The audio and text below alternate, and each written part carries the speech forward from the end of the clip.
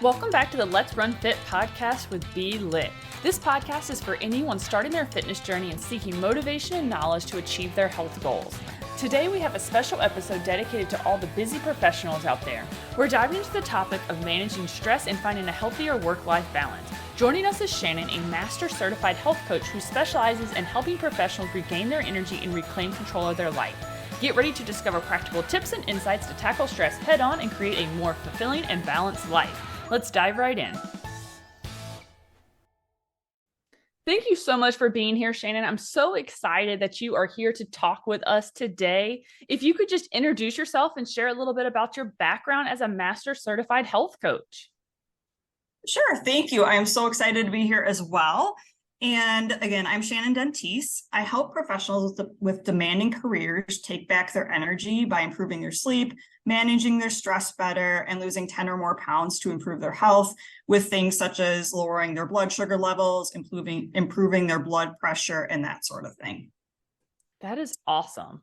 So how did you kind of get into that career field? Because that seems very, very niche down. How did you end up there? Yeah, I kind of went through some experiences myself with having a lot of stress in my life, and it impacted my health. And so I really want to help other people feel better and hopefully help them prevent themselves from developing chronic disease so that they can enjoy their lives. And I know that many people know what they should be doing to get healthier, but sometimes they struggle with finding a sustainable and balanced lifestyle for themselves, or they might need accountability or feel overwhelmed of where to start. And sometimes they hit obstacles, they're not sure where to go next with those. So these are the types of things that I help my clients with. I'm actually very similar in that, like, I know what I need to do, but when I get stressed out with work or, I have a lot of long hours, it's like, suddenly I'm like, I know I should be doing this, but this is what I'm going to do because it's easier. And I've noticed it's whenever I'm really stressed. So why would managing stress be able to help us with that work-life balance? Yeah, I think you could actually flip that around and say that a healthier work-life balance is crucial for managing stress too. So when we have a healthier work-life balance, we have time for things that help us reset and things that fill our cup and therefore are stress reducing for us, such as socializing, if you're someone that really thrives with social interaction, exercising, spending time in nature, or other stress relievers. And also having a healthier work-life balance reduces stress because you are working less often. And because we can't completely eliminate stress in our lives, we need to know how to manage it, but we also have to be able to reduce stress so that it doesn't become too much to manage. So it's kind of a twofold. You have to know how to cope with the existing stress and make sure that you don't have so much stress that you can't cope with it. Exactly. I've heard a lot of people tell me, like, I'm not stressed in my job at all. Like, I'm just fine. But obviously, normally those people, it's not that they're not stressed. They're just not recognizing the signs of it. Because there was a long time when I first started teaching that I thought I was fine. And my husband was like, you were not fine. You were extremely stressed out. You need to calm down. You need to kind of get this under control. So what are some of the signs or symptoms of excessive stress that someone could be aware of, or, that might help them realize that their life's a little bit more hectic than they think it is? Yeah, it's funny that you mentioned that your husband noticed that in you, because I had a similar experience, and our loved ones definitely notice changes in us that we don't even know are there. But some of the common symptoms are frequent headaches, tight muscles, chest pain, feeling really tired, maybe having some stomach issues or having difficulty digesting food, and sleep problems, because, if you're stressed, oftentimes it's hard for you to drift off to sleep because you're thinking of things all the time. And there's also some things that can happen with your mood. You can have more anger or feeling a lot of anxiety, low motivation, maybe if it's related to your job, low motivation to get started on work or to even go to work. And sometimes depression can be a part of it too. So it can be really serious. Mine was definitely the GI and the sleep. Like those were the two big things for me. Like I wasn't sleeping because like you said, like my head was just going through this constant list of this is what I need to do next, and this is what I need. I need to get this lesson plan. I need to call this parent. Like it was just Mm-hmm. constantly just cycling for me. And it was so bad, but I didn't even recognize that it was happening. Like we'd be sitting on the couch and I would just start making a list on my phone, or I would just like end up on Google Docs and typing things. And he's like, you need to chill. Like, Yeah. chill.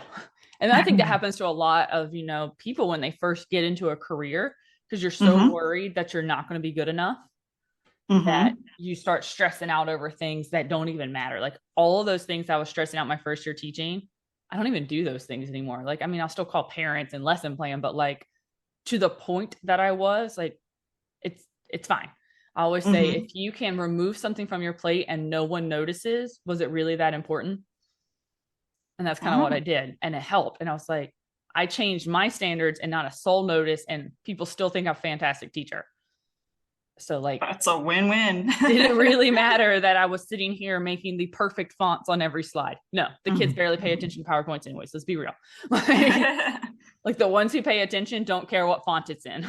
Right. What are some of the other reasons that you feel like people really struggle to maintain that work-life balance? Because I mean, I obviously know about teaching and coaching and things like that, but what about just some professionals in general? Like, what about our mindset really just doesn't want us to do that? I think a lot of it's related to kind of what you were already alluding to. I think it's still prevalent in our American culture, especially that stress can be a status symbol or a sign that you have an important job that you're devoted to. And it can make it difficult to set boundaries because of concerns that if you do set boundaries, people might think you are slacking off, or worry that if you don't prioritize work over the rest of your life, responsibilities or things you like to do, that you might not get that next promotion. So I think it's really kind of that fear that you'll disappoint others or you won't live up to the standards that others set. And sometimes those standards aren't real. Sometimes there are standards that we set within our own mind, kind of like what you were talking about with the PowerPoint and nobody cares about the font and that kind of thing. I think And it's true. That is true. Like, American culture wants you to be more than a human being is capable of.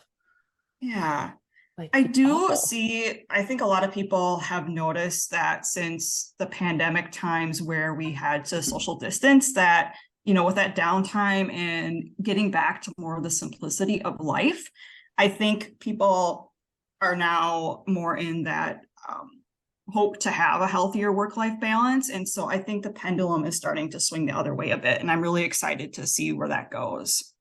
I am too. I've noticed a lot of companies, not all companies, but a lot more companies are getting more like you need a work life balance.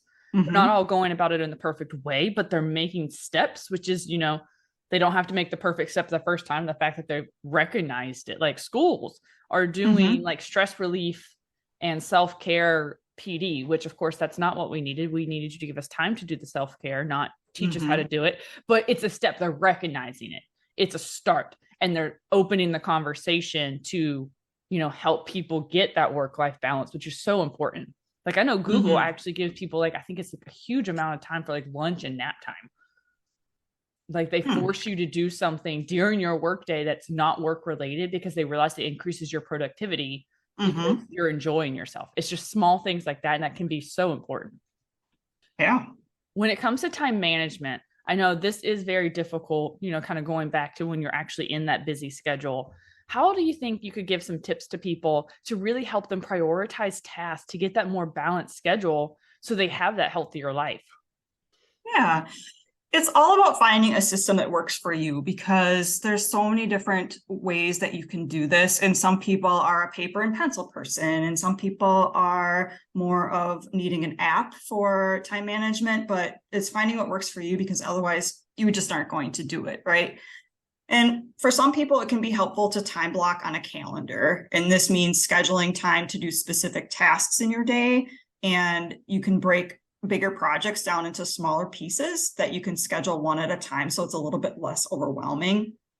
And then being sure that you're treating the scheduled time like a meeting or an appointment can help avoid distractions and so that the tasks actually get done. So if you were in a meeting, you would be probably silencing your phone and you would try to eliminate all the distractions. So treating it like a meeting, meaning you might silence your phone during that time that you were working on that task as well.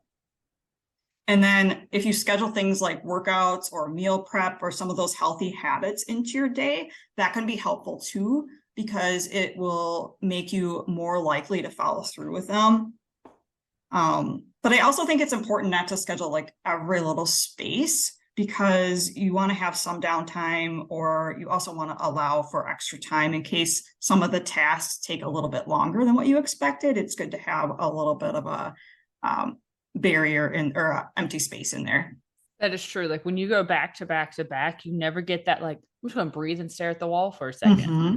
And like, Yeah. you'd be shocked at when you don't have those moments, how important they are, because you take them for granted when you do have the chance to just stare at the wall. Mm-hmm. Or at least that's what I do. I'll just like take a deep breath and just open my eyes and just stare straight forward. I'm just like, okay, I'm good for a second. And when I lose that time, I don't feel it right away. But after the second appointment, I like notice my heart rate's elevated and my breathing's going faster for someone who's just sitting at a desk. And I'm like, what is happening? And that's what it is I never had that chance to just breathe. Mm-hmm. Like, it's just so important. It is. Going back to something you said earlier about setting boundaries, like a lot of work stress starts to spill over into your home life. Like you take your work home with you, or you're sitting here worried about something that's going on at work. Even if you're not physically working on it, your brain, it still is. What would be some suggestions to help someone kind of create those boundaries and keep that separation between work time and personal time, so that way they're not letting their work affect their families and their relationships and just, their hobbies and everything else in their life? Mm-hmm. So boundaries can be set by what you do and what you say.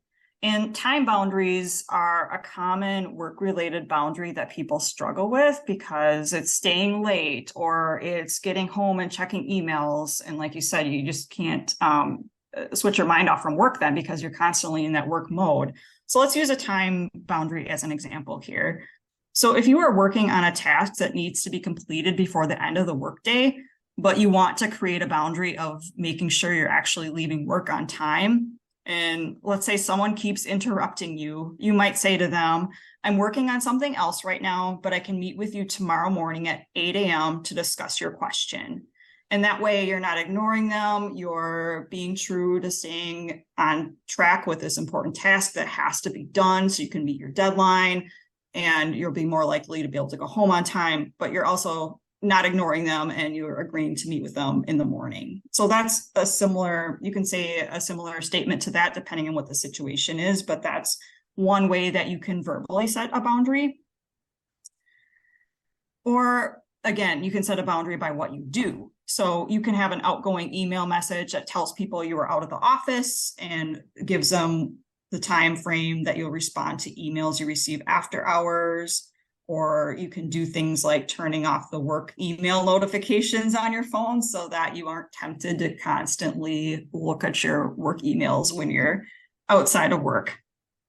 I actually really like the idea of when it's outside of work time, scheduling the outgoing message. I actually know someone who, as soon as she leaves the school building, she sets that message to make it very clear to parents, I am not responding unless I'm in this time frame.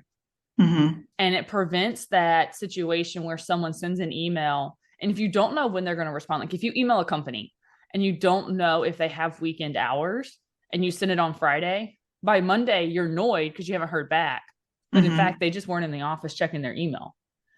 And it's just, it sets that very clear boundary, because when you get that response back on like Friday evening at 8 o'clock, like, hey, got your email, I'll be back in the office on Monday and I'll get to it as soon as I can. Normally can take 24 hours.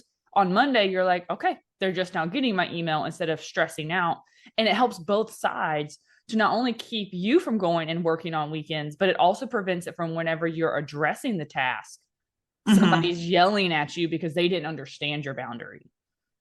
Because I feel like making boundaries clear is so important, because if you have them, but you don't use it properly, then everyone's going to be flipping out on you. And then it's just going to create a different kind of stress in your life. And like I love the idea of doing that. Like I've noticed her do that, but I've never really thought about it. I think I might set that up for this upcoming school year. Just be like, this is my boundary. Leave me alone. This is my time. Yeah, give it a try for sure.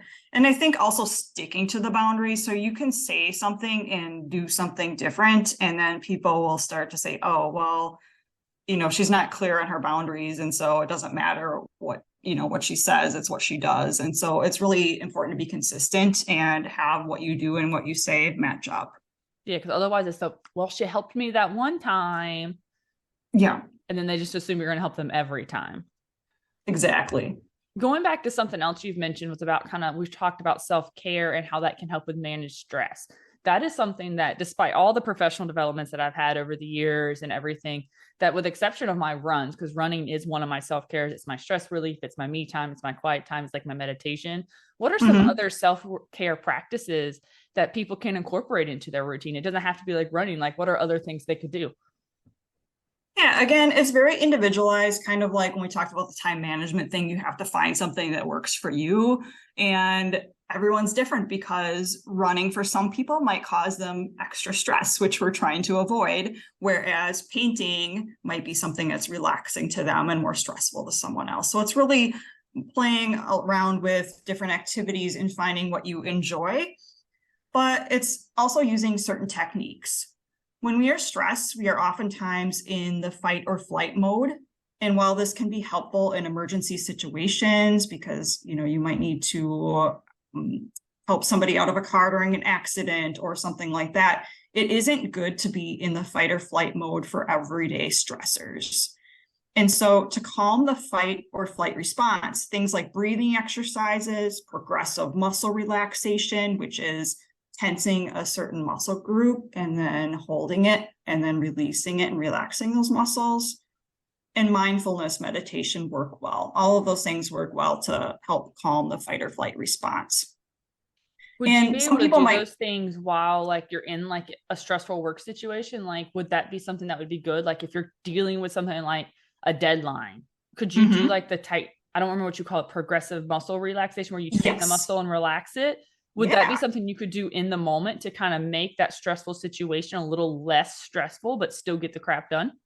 You sure could. It's good to take a break and just kind of calm your breathing down, calm your heart rate down, and just so you can refocus and that kind of thing. Because if you keep getting worked up, you're not going to have your best attention and focus on the task anyway. And so it can be really helpful to do.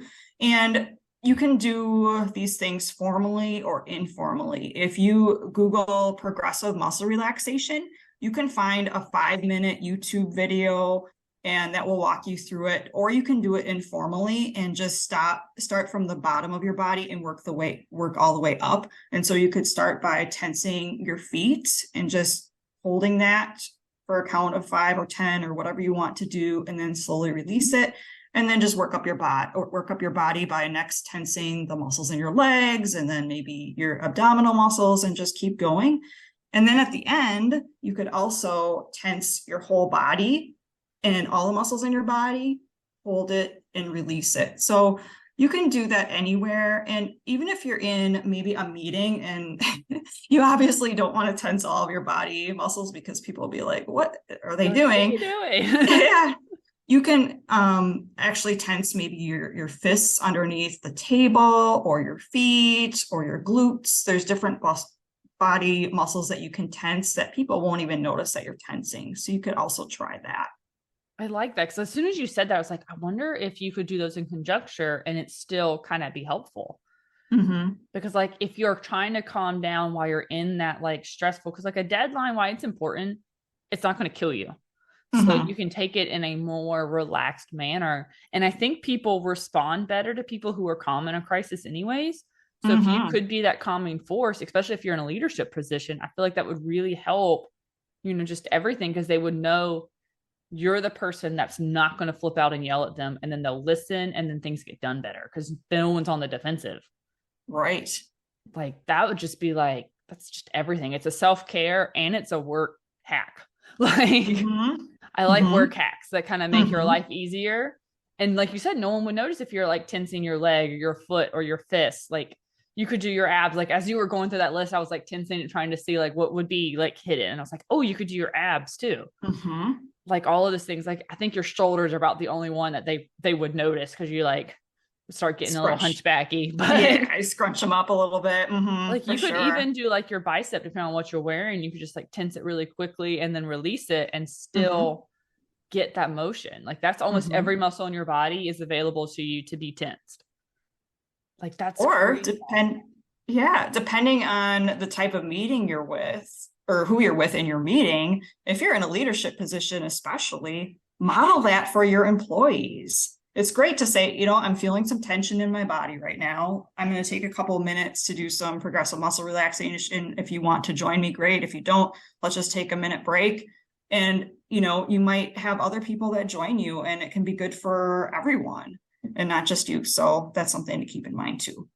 I love the idea of a leader showing self-care, because normally the Mm-hmm. leaders I think are the ones that take on a lot of stress because they're trying to be good examples, but showing self-care is a good example. Mm-hmm.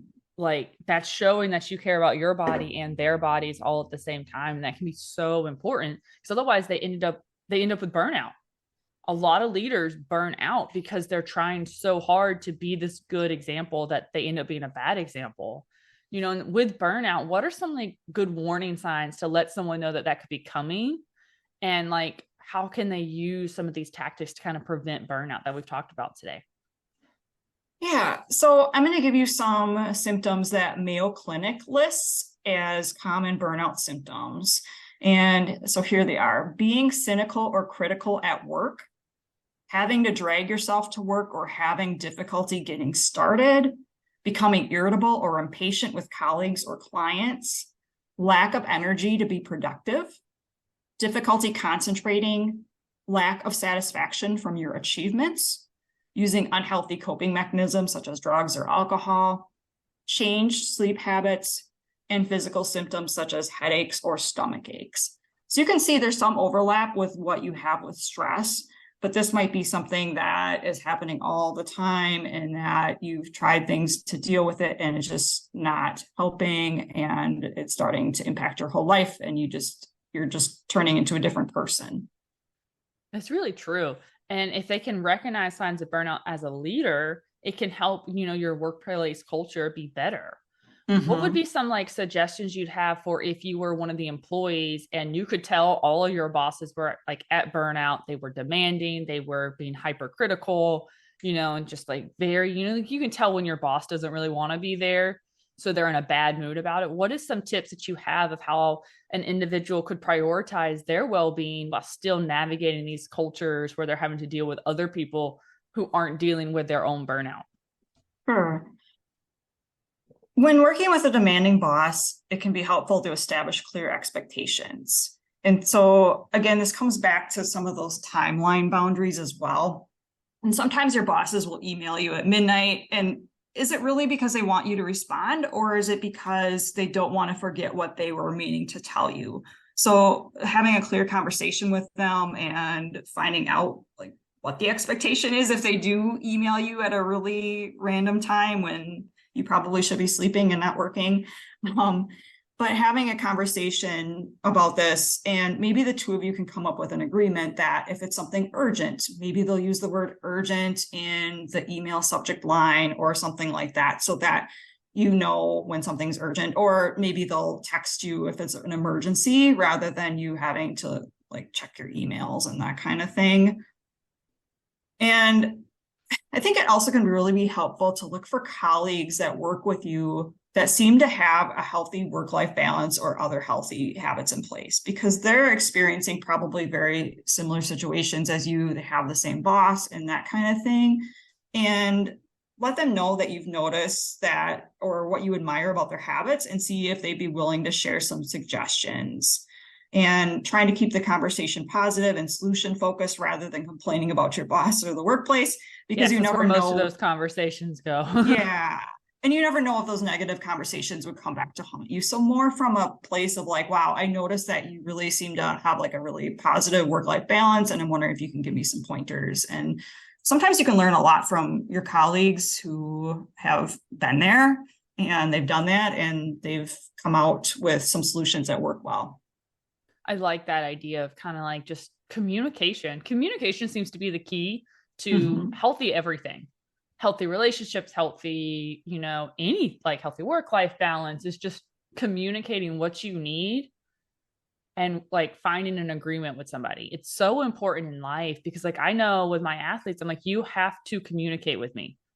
Like if you're not communicating with me, I don't know what's working, what's not working, what's going on in your life that could affect your run schedule. And I'm like, you have to communicate. And so many of them, I'm like having to drag this information out of them. It's like, tell me what's going on so I can help you. And it's difficult for people to like trust and open up in this world now. It's like, it's absolutely crazy how that can kind of happen. So if somebody, go ahead. I would love to see an effective communication type of class as a requirement in high school. Oh, there's so many things that I put on that list too. Yeah. Yeah. But you're right. Communication is so important though in every aspect of our life. I think that's a really important and learning to do it right. Like how you mentioned before, I am in the middle of something right now. I'd love to help you. This is when I can. Like teaching people how to do that. Cause that's something I do with a lot of people in my life when they come to me and they're like, this, and this is happening. I was like, well, this is what you need to do. I'm like, well, I'm going to tell her to shove it. I'm like, no, you're not. Bad plan. Like, and I like go through with them, like, this is how you need to word it. You need to not be, mean about it. You need to not be like spiteful in your message. Like you need to just be like, I'm in the middle of something. This is when I can meet with you. Are you fine with that? Not like, can't you tell I'm doing something right now? Leave me alone. Like if you say that, you're causing a problem. What if you're like, I will get to you at this time? It makes your boundary clear and it shows that you are in control and not your emotions. And I feel like that's what we need to teach people. Because I find myself sometimes when I get upset, like I'll straight like Google, like, how can you professionally say this? Right. And I take that and I use it and I'm getting better to not have to Google because I've done it so much of finding how to professionally say like, this is what we need to do. This is the change that needs to happen and things like that. And I think that's so important. It's so, so important. Communication needs to be taught to everybody, not just people in high school, in my opinion, like required class to keep your driver's license or something. There you go. It's the only way to force people to do it, right? If someone is wanting to make these kind of long-term habit changes and getting that work-life balance, like what are some suggestions you have of how to make this sustainable? Because if you just try to change your life overnight, it's not sustainable because it takes a while to make a habit. What would you say is kind of suggestions you have to help them kind of incorporate these things into their daily routine? You're so right. Overnight habits do not work. Habits in general take on average 2 months to develop, sometimes longer, sometimes a little shorter, but for most people, at least 2 months. So you can't expect to make changes overnight. And so rather than jumping in and making lots of little changes at once or making one really large change, like let's say all of a sudden you say, I want to train for a marathon, although you're living a pretty sedentary life to start, then that's a really, really big change. And it's better to start small so you can focus on building strong habits. Listen to Shannon, don't jump into marathon training. And habit building is all about doing something consistently. So for example, if you want to get into the habit of exercising and you're currently not doing much movement or exercise, it's better to go for a 20 to 30 minute walk every day than it is to do a more intensive workout randomly when you feel motivated. So again, it's about repeating it over and over so that it becomes a habit. Exactly. Because if you start with the walk, well, now you've already got 20 minutes for that walk and you can just maybe do like a jog during that 20 minutes. And when it, and eventually you can get it to where every day that you were going for that walk, you're now doing a run. And then you can start adding the more intense workouts in there. And slowly you took something small and eased your body into it in your mind. So you didn't, go too hard too soon and burn out and then end up back on your couch doing nothing, wishing that you were. Like everything you said was just perfect. Like it fits into how you should pretty much not only just start a running routine or a workout routine, but how you should start anything. If you want to write a novel for the first time ever, you don't sit down and say, I'm going to write for an hour a day. You're going to hit, writer's block and freak out and stress yourself out. Be like, I'm going to write for 5 minutes today. And then once I'm good at that, I'm going to start let's try 10 minutes and then 20 minutes. And like you can slowly build your way to whatever your goal is. But you've got to ease your body into it because even small things like your brain just flips out and it's like, I can't do this. What are you doing to me? And like goes into panic mode. I I know you mentioned earlier, a good thing to do is to have some type of accountability system, something to help keep you on track. What like suggestions would you have to kind of help someone build that support system in their life, whether at home or at work or, wherever they need that extra support and assistance? Mm-hmm. I would say look for people who have similar goals as you. If you're trying to stick to the boundary of leaving work on time, maybe there's a colleague who has the same goal and you can support one another. Or if multiple colleagues are wanting to get more movement in at work to help cope with stress, you could find people that take walking breaks with you, or maybe start a walking club during lunch or something like that. So you have that support. And at home, like you mentioned, it's also important. So letting people you spend time with know about your goals. And then if they ask how they can support you, give them specific ideas that would be helpful for you, because support looks different for everyone. So it's really important to, again, have clear communication and let them know specifically what support looks like for you.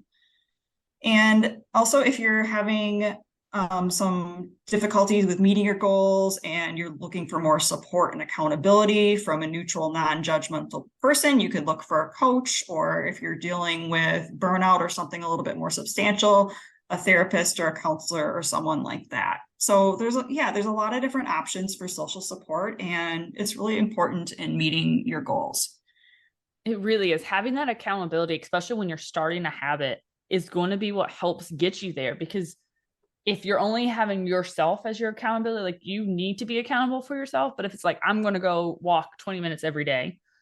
Well, if you're only accountable to you, well, of course, you're going to make the excuse on the day that you didn't, and no one's going to care. But if you are having to meet someone for your walk or something like that, then someone's going to be knocking on your door, be like, hey, where were you today? What's up? And then it's going to keep that extra accountability into keeping your routine going.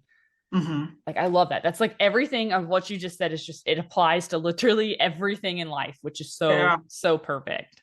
Mm-hmm. If any of our listeners wanted to find more information about you or work with you as the master certified health coach and, kind of get that help with stress management and sleep management or the weight loss, if that is something that you're working with needing, how could they find you? Mm-hmm. You can find me on LinkedIn as one of the places. So that's www.linkedin.com/IN/Shannon Dentisse. SHANNON D as in David ENTICE. I'm also on Instagram under Shannon Dentisse again. So www.instagram.com/Shannon Dentisse, or my website, www.E as in Edward and E as in Edward, healthcoaching.com. And if you would like additional guidance with taking back your energy by improving sleep, managing stress better, and or losing 10 or more pounds to improve your health, I'd love to invite you to a free Zoom or phone call where we'll talk about your goals and you'll walk away with a personalized tip or two that you can put into place right away. And there are links to schedule this on the top of my LinkedIn and Instagram profiles, or you can find my contact information on www.eehealthcoaching.com. Please be sure to mention that you found me on the Let's Run with Be Lit podcast. I will make sure to put all of that in the show notes as well. I know a lot of you listeners out there are on your runs right now or driving, because I know a lot of you text me like, I listen to this while I run. So I'm going to have all of that in the show notes. So when you get home, you can go pull up those websites, get those links in the show notes, and get straight there for that Zoom call. Because as you can tell, Shannon is amazing and she would love to help you. So when you get home, do it when you're safe, not when you're crossing roads. I'm going to have all that information there for you.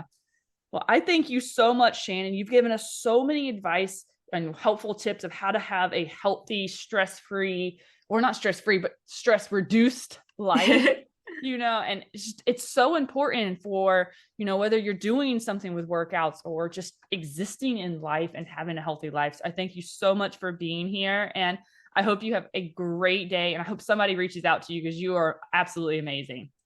Thank you, Brooke. It was an absolute honor being here today. Thank you for having me. Thanks so much, runners, for spending time with me and listening to this episode. If you like what you heard, please hit that subscribe button and leave me a review. I always love to hear from my listeners. And if you want more Let's Run Fit in your life, find me on Instagram at Let's Run Fit with Be Lit. Until next time, runners. The information in this podcast is not intended to be a substitute for medical or professional advice.